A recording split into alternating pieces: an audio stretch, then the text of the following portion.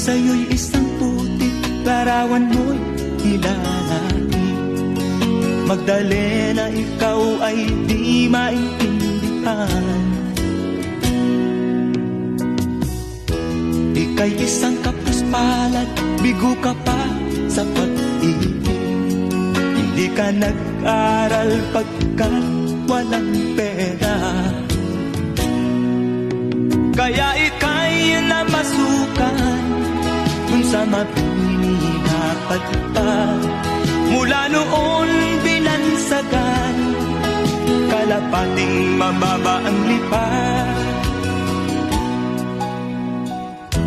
Hindi mo man ito nais, ika'y walang magagawa, pagkat kailangan mo mabuhay sa